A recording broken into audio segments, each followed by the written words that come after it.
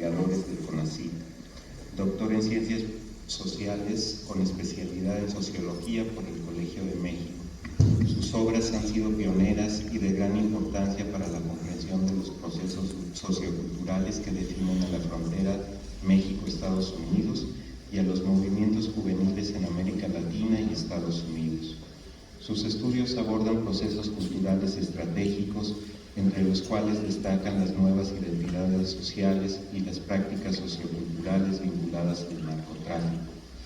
Ha obtenido premios y reconocimientos y el doctorado honoris causa de la Universidad Autónoma de Baja California. Es autor de 49 libros que incluyen 23 como autor único y 26 como coordinador o coautor. Cuenta con 96 capítulos en libros y 49 artículos en revistas académicas. Su libro más reciente es La danza de los extintos, juvenicidio, violencias y poderes sicarios en América Latina, del 2022.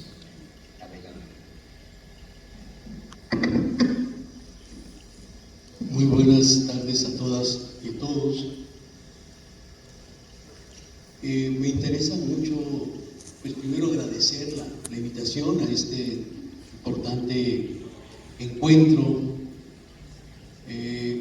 compartir la mesa con el ingeniero Cuauhtémoc Cárdenas. Y lo que quiero plantear es una serie de conceptos que han participado en la construcción de los grandes desencuentros entre el México de afuera y el México nuestro. Esto que el antropólogo chicano don Américo Paredes definió como el Gran México, y que efectivamente desde la propia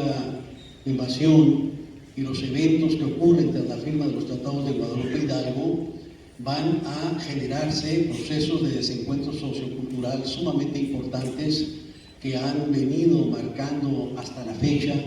parte de la incomprensión que sigue existiendo entre estos dos Méxicos definidos por don Américo Paredes. El primer concepto que queríamos presentar tiene que ver con el concepto de raza, concepto que con un claro sesgo colonizador y por iniciativa de la conservadora Unión Iberoamericana, a partir de 1914 se comenzó a celebrar como fiesta de la raza, y una que un año después se convertiría en el Día de la Raza, lo cual con inicios y nombres diferentes se efectuó en España, América Latina y Estados Unidos. El Día de la Raza o de la Hispanidad, realizado con el objetivo de celebrar el supuesto descubrimiento de América, o para buscar la unidad entre España y el llamado Nuevo Continente, buscó de muchas maneras valorar el mestizaje o fusión de razas con diferentes denominaciones, todas ellas aludiendo o celebrando la presencia europea en América. ¿Cómo iba a tener en esta transición que, como sabemos, en las últimas décadas hay una fuerte deconstrucción de este concepto en toda América Latina? Pero lo que sí me interesa mucho es colocar el concepto mismo de raza recreado desde la perspectiva de la población mexicana que fue cortada del territorio nacional tras la invasión estadounidense. Muchos piensan que el concepto de raza proviene de la raza de bronce de Amado Nervo, o que proviene de la raza cósmica de José Vasconcelos. En realidad lo que habría que destacar es que el concepto de raza, en el sentido que se utiliza en el norte y entre la población mexicana al norte del río Bravo, tiene que ver básicamente con un concepto de unión dentro de un contexto de profunda vulnerabilidad. En el contexto mismo de la invasión, periódicos como el Clarín, el Clamor Público y la Estrella de Los Ángeles publican una serie de manifiestos con los títulos de Únete Raza, que no tenía que ver con una perspectiva de orden racista, ni tenía que ver con una condición celebratoria del concepto de raza en los términos que recién enuncié. El concepto de raza entonces empieza desde cuando avanzaba la tropa lúgubre invadiendo lo que fueron las primeras y las resistencias más fuertes que se van a dar en las ciudades, digamos, del norte mexicano, y que es en ese mismo momento que se coloca el concepto de raza. Con esto, al mismo tiempo, vamos a empezar a observar algunos de los primeros elementos desde los cuales se deconstruye esta idea de una población apochada. Utilizaré y recuperaré este concepto, en el cual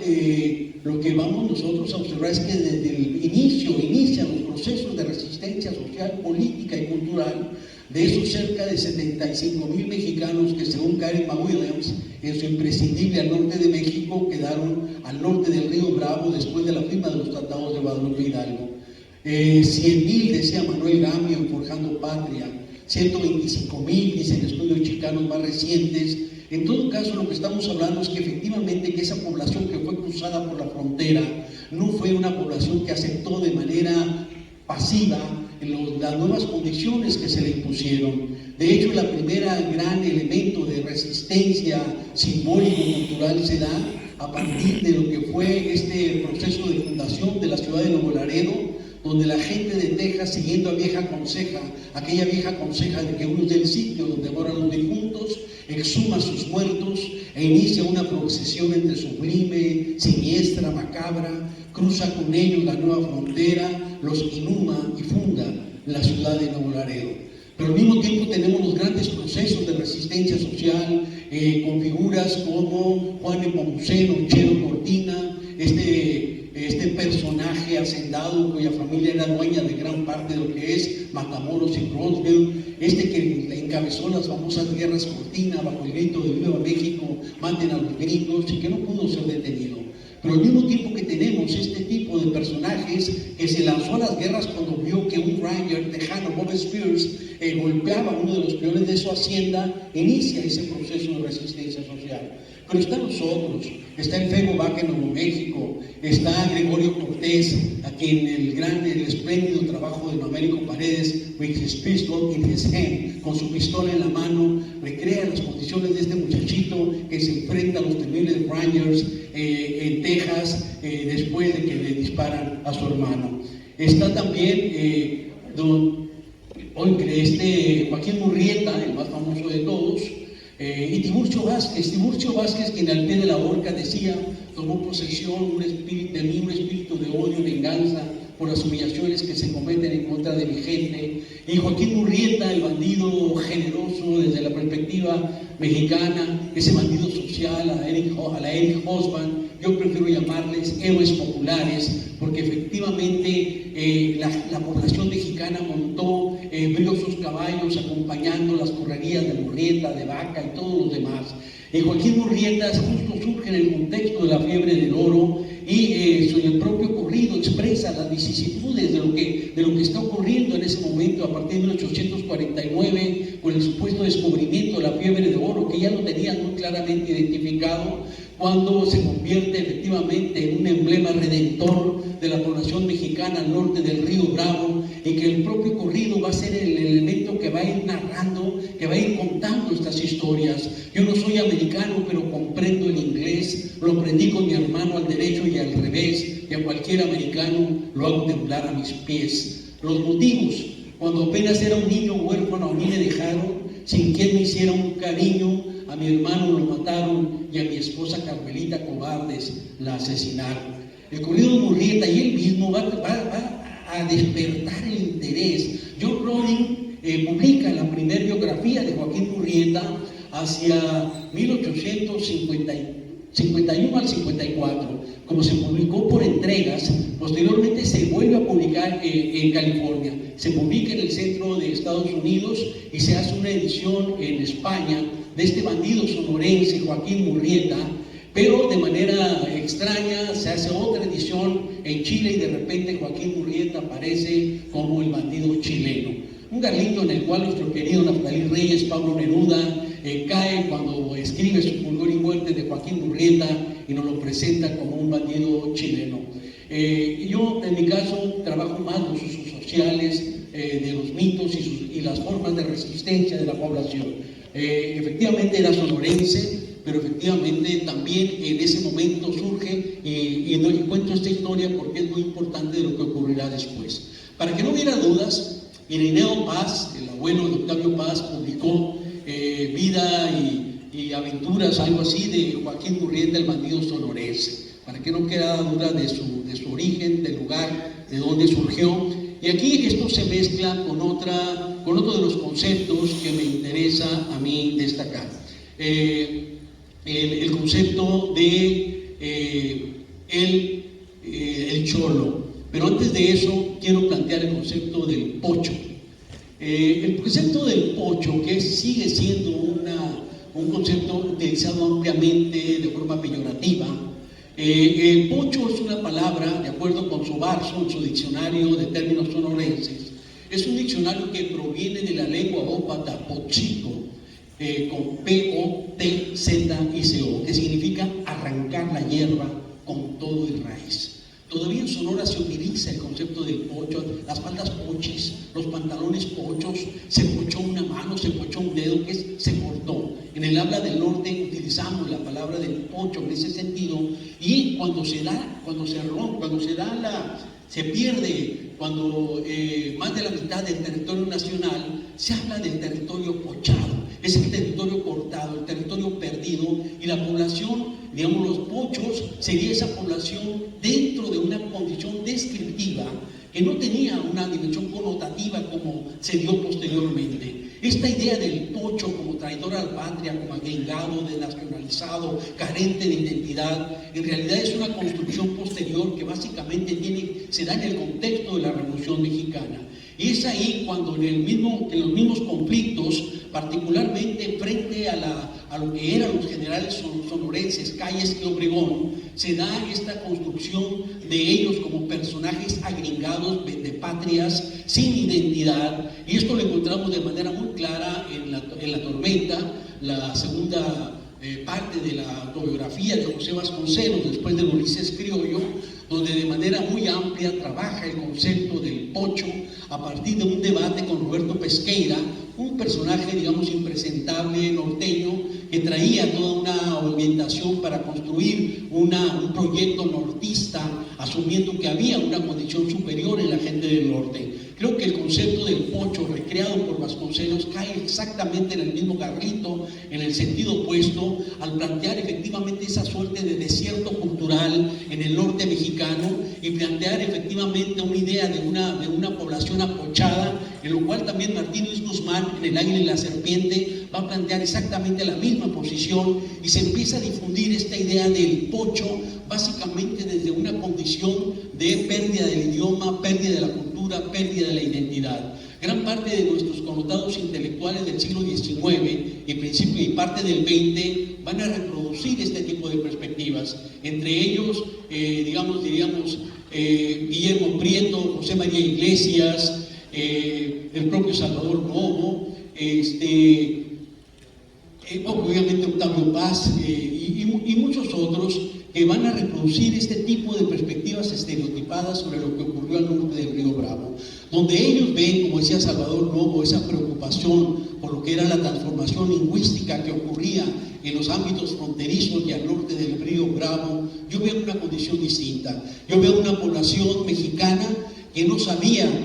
hablar en inglés, de una población rural que tenía que tratar con los patrones que ahora eran patrones gringos, que hablaban en inglés y que ellos tenían de alguna manera que comunicarse con ellos. Un poco lo que hace el Calibán de Shakespeare, que aprende el idioma de Próspero para poder insultarlo, para poder comunicarse, para poder construir un propio entramado comunicativo con el dominador. Y en ese sentido, lo que hace esa población es un proceso que yo llamo de reinventar su propio génesis. Ellos tienen que volver a darle nombre al mundo, y track se convierte en traque, market en marqueta, y entonces ellos tienen que apropiarse las palabras de los patrones, que además dentro de un profundo racismo tenían que recrear el idioma como una estrategia de resistencia social, de resistencia política, de resistencia cultural. Del lado mexicano solo vimos corrupción lingüística, corrupción cultural, y incluso Agustín Yáñez, cuando habla de que esos gente que regresa del norte,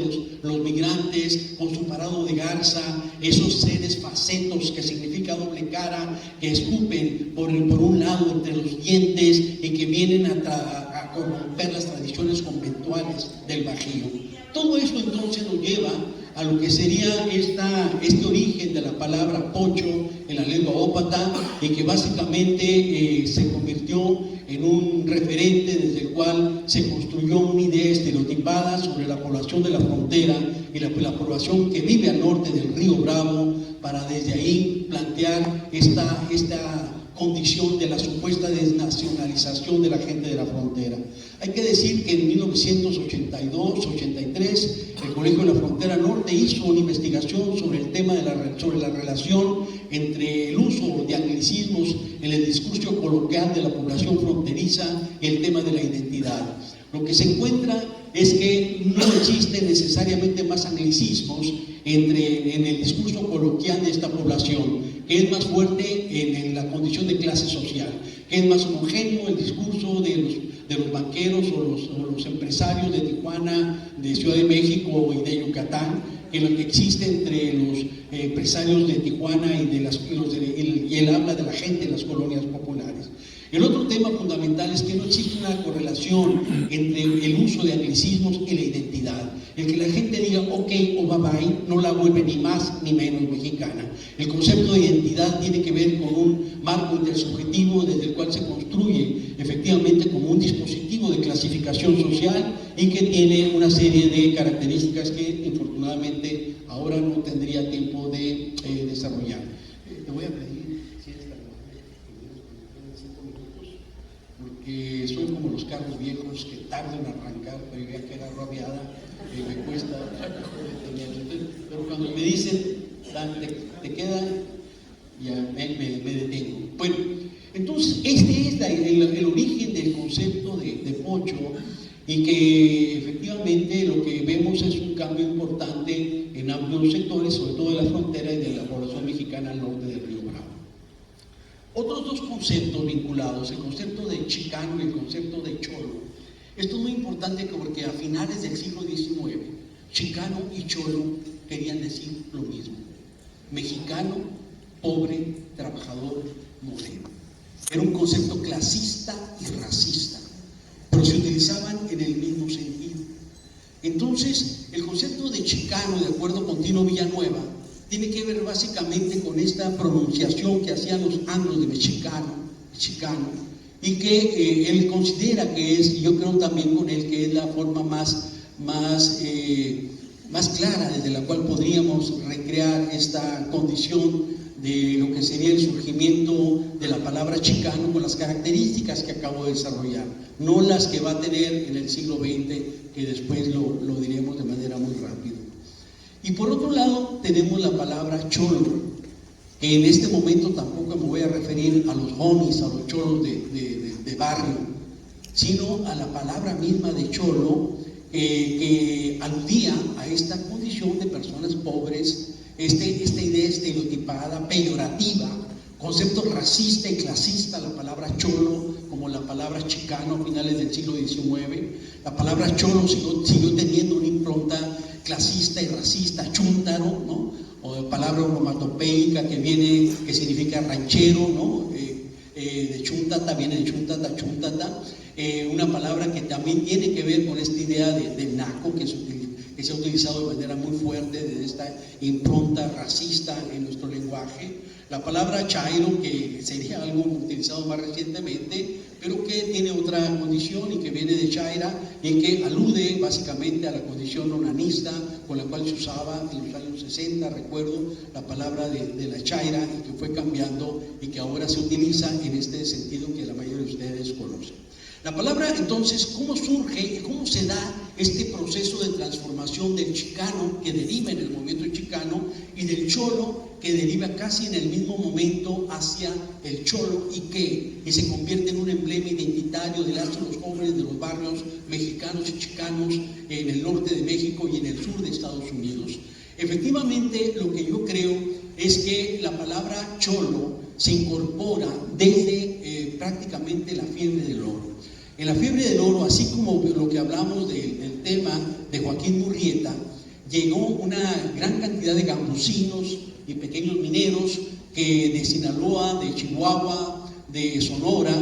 que básicamente son sonorenses los que fundan el pueblo de Nuestra Señora María de los Ángeles Porcíncula, que es la ciudad de Los Ángeles, y en esa parte de California es esta población la que se ve atraída por la fiebre del oro, pero también van chilenos y peruanos.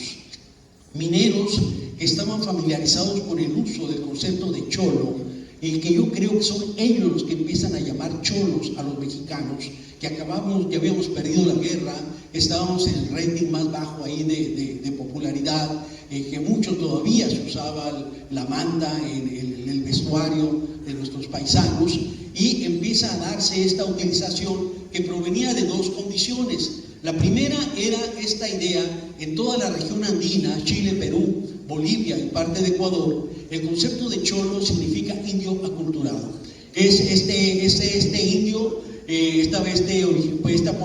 esta población originaria que ha perdido su cultura para asumir la cultura del español y tiene una condición fuertemente racista, fuertemente clasista, fuertemente peyorativa, lo cual no se subsana con el concepto del racismo paternalista del indito y de la indita, como se sigue utilizando todavía en esta región. Y tampoco incluso nuestro querido el bárbaro del ritmo, Benny Moré, ¿en qué te parece, cholito, que te quieren desterrar como si la ausencia fuera remedio para mi mal? Ay, cholito, ¿qué te parece? Una palabra que sigue circulando y que justamente va a tener muchos elementos desde los cuales se recrea esta condición del racismo y del clasismo en torno a la palabra cholo. Esto es una de las vertientes. La otra vertiente, cholo, proviene del náhuatl también. Cholo, él era el hermano gemelo de Quetzalcóatl,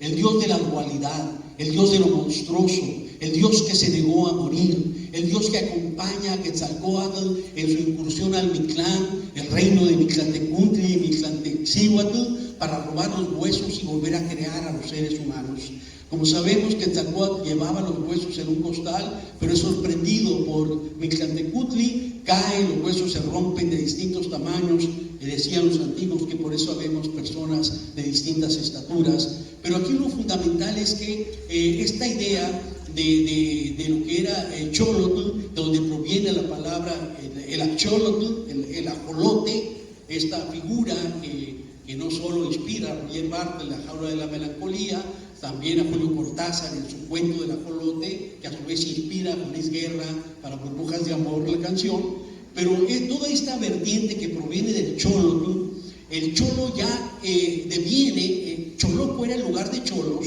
y Fray Alonso de Molina, hacia 1571, en su diccionario de palabras de castellano y náhuatl, define a cholo como paje, mozo, criado o esclavo. Desde entonces la palabra cholo tiene esa impronta clasista y racista, y hasta nuestros días se fue transformando. Cholo también era el campesino, cholo era la persona indígena, cholo era la persona anticuada o de mal gusto para vestir. Todo esto va a ser parte de esta impronta que va a quedar dentro de esta tradición de clasismo y racismo recreada en la cultura popular, de tal suerte que todo este conjunto de procesos de resistencia social, política y cultural que tiene la población mexicana y de origen mexicano en Estados Unidos para enfrentar lo que era un racismo anclado a la eugenésica. Recordemos que en los años 20, 30, 40, en Estados Unidos cerca del 40% de los niños que trataban de ingresar a las escuelas públicas eran rechazados por retrasados mentales. Eran rechazados, pues no había eufemismo, ni había lenguajes políticamente correctos. Eran retrasados mentales y desde esta perspectiva eran rechazados en la educación básica. De tal manera que así ocurrió hasta que tiempo después se pudo comprobar que efectivamente todos estos niños que llegaban de Jalisco, de Michoacán, de Zacatecas, de Nayarit, de los migrantes que llegaban a los Estados Unidos, dentro de esta perspectiva eugenésica que hablaba de razas superiores e inferiores, cuando presentaban sus exámenes se les preguntaban, dígame 3 ideas asociadas a la siguiente palabra: Navidad. El niño se ponía feliz, decía nacimiento, familia y comida. La maestra decía, mal, Dasha, wrong answer. La respuesta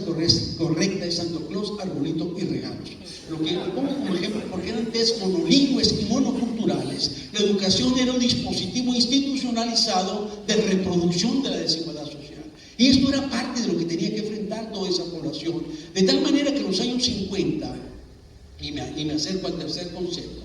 cuando la población mexicana efectivamente generaba sus primeros grandes procesos de resistencia política. Algunas cosas habían ocurrido. La Primera y la Segunda Guerra Mundial había generado un crecimiento de la población juvenil. El desplazamiento de los jóvenes anglos había llevado a que muchos jóvenes mexicanos transitaran del campo a las ciudades, particularmente en ciudades como Los Ángeles, donde estaban ya en los ámbitos urbanos. Y entonces ahí, en 1939, emerge dentro del segundo barrio de Paso, Texas, y en la Chaveñita de Ciudad Juárez, emerge envuelto de notas de swing, de boogie, de mambo, el pachuco.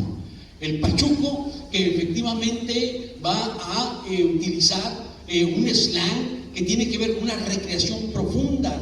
lúdica de esta habla, de esta transformación lingüística de la frontera. Si empezamos hablando de lo que yo les señalaba, de cómo tuvieron que ir transformando el lenguaje, ya en 1924 se publica la novela de Daniel Venegas, Las aventuras de Don Chipote o Cuando los pericos mamen, una novela picaresca, donde el cual ya se utilizan muchas palabras que tienen que ver con lo que será el slang de frontera, cargada de no solo de neologismos, sino también de palabras del español antiguo: al alba, trucha, trucha todavía no, al alba, el chante, el cantón, la jaria, ¿no?, para tener hambre. Todo, y el pachuco lo que va a hacer es un despliegue discursivo, lingüístico, de transformación, ya no solo en torno a lo laboral, sino en torno a lo que sería una disputa por el sentido del propio barrio, por el sentido del espacio. Guacha, trucha, Simón, órale, la huiza, la jaina, el chapete, la esquina, la lisa, los tramos, los calcos, los calcados, las ramplitas, el tando, todas estas parahuequelada, chavala, derecha la flecha, calmontes, montes, bracamontes, toda una condición discursiva que efectivamente va a volverse como una suerte de, ya no digamos, de un hueso en el cuello de algunos de los personajes puristas que solo veían corrupción cultural en el habla de la frontera. Y es ahí donde en junio del 43, bueno, antes en el 42, se da el caso de Laguna Sleepy, el caso de Reina, que es acusado de haber matado a un joven en una fiesta, a él y un grupo de mexicanos que realmente no fueron ellos, que finalmente salen libres, pero en torno a ese evento, lo que vimos, bueno, vean Sud de Luis Valdés, ahí está recreado de manera importante. Posteriormente, los Sud Riots de junio de 1943, una muchacha mexicana camina por Los Ángeles, dos marineros la piropean, los hermanos Tansé, Guacha, con mi carnal, no te metas bronca. Pierden los marineros, van a la base naval, salen repletos los de la marina, los sailors, los marineros, los sigue la policía, golpean, desnudan a los mexicanos, violan mujeres. Hay un verdadero amotinamiento, no de los pachucos, sino de las fuerzas del orden de Estados Unidos. Todo esto finalmente llevó a que el gobierno mexicano mandó notas diplomáticas, fue la policía de Estados Unidos decía que el verdadero conflicto estaba ahí, fue la exacerbación del racismo de niveles inimaginables. Y dentro de este contexto que se da en los años 40 y 50, después vendía Rosa Parks, que se niega a levantarse del camión, surge el movimiento de los derechos civiles de la población afroestadounidense, surge el movimiento chicano, básicamente con una apuesta de recreación y reapropiación de lo que serían elementos culturales, definitorios del perfil cultural de lo mexicano como uno de los recursos estratégicos de resistencia social, política y cultural. Todo eso que está ocurriendo de manera muy fuerte, enfrentando el racismo, en el laberinto de la soledad, Octavio Paz no ve nada de eso. Octavio Paz no ve que en los restaurantes todavía había letreros que decían prohibida la entrada a perros, a negros y a mexicanos. Octavio Paz no ve que en las albercas solo podían entrar un día a la semana afros y latinos, porque era cuando después la lavaban. Octavio Paz no vio que había zonas de segregación espacial. Octavio Paz no vio estos espacios,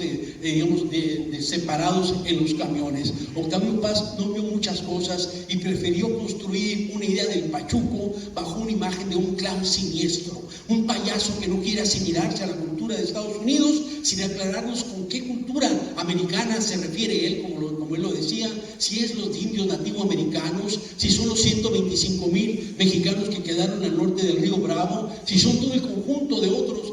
pueblos y nacionalidades que han construido esa gran nación. Octavio Paz solo veía una condición y tenía que ver con esta figura del payaso, de un traje que él veía impráctico y no entendía que para el pachuco el baile de swing, de boogie, de mambo era fundamental. Los hombros anchos, los pantalones bombachos amarrados en los tobillos era, digamos, fundamental para eso. Entonces creo que hay una incomprensión de códigos que se muestra muy claramente en otro de los capítulos de lo que fue el pachuco y otros extremos del laberinto en Máscaras Mexicanas. Creo que el gran problema es incomprensión de códigos de la cultura popular que estaban definiendo los procesos de resistencia social, política y cultural de esta población.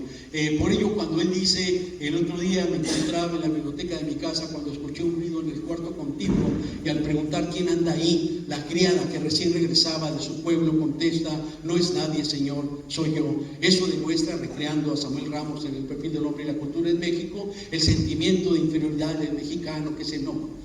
No, eso demuestra la diferencia abismal entre el señor y la criada. Esa mujer en otro contexto: soy yo, mi hijo, soy yo, Juanita, soy yo, comadre. Es la relación asimétrica lo que no entendió Octavio Paz en estos procesos. Y bueno, termino diciendo que el pachuco dio la estafeta a este nuevo movimiento, los cholos, grupos que emergen en los barrios mexicanos, chicanos, en ambos lados de la frontera, en que básicamente van a tener una organización territorializada, que van a utilizar una narrativa gestual, el barrio Lupita, el barrio Guimas, de ahí va a venir la MS posteriormente, el tema del cuerpo significado a través de los tatuajes, que viene del Chuco veterano en la Segunda Guerra Mundial, la incorporación de códigos de sobrevivencia que se dio tras la ley Volstead, la famosa ley seca, impulsada por el senador de Minnesota, Andrew Volstead, 19 a 33, donde la disputa en las cárceles contra la mafia italiana van a incorporar esos códigos de sobrevivencia. Me traicionas, te mato. Y afortunadamente trasladaron esos códigos a los barrios. Y después vino el tema de la vida loca, no la de Ricky Martin ni la de Francisco Céspedes, la vida loca que es cárcel, muerte, drogas y violencia. Y desde entonces para acá lo que hemos visto es una recreación profunda de las formas de violencia que han cobrado vidas y que han cobrado forma en estos barrios, y que de ahí, no lo voy a contar ahora, aquí termino ya, y que de ahí proviene con los jóvenes niños desplazados, con las políticas de tierra arrasada en Centroamérica en los años 80, que llegan a la escuela Belmont de Los Ángeles, que ahí donde rifaba el barrio 18, antes Clantón 18, antes Clantón 14, un barrio más de 100, chicano de más de 70 años, se incorporan a ese barrio, y de ahí, en un problema que hubo, que ahora no voy a contar, surge lo que conocemos como la Mara Salvatrucha. Bueno, aquí termino.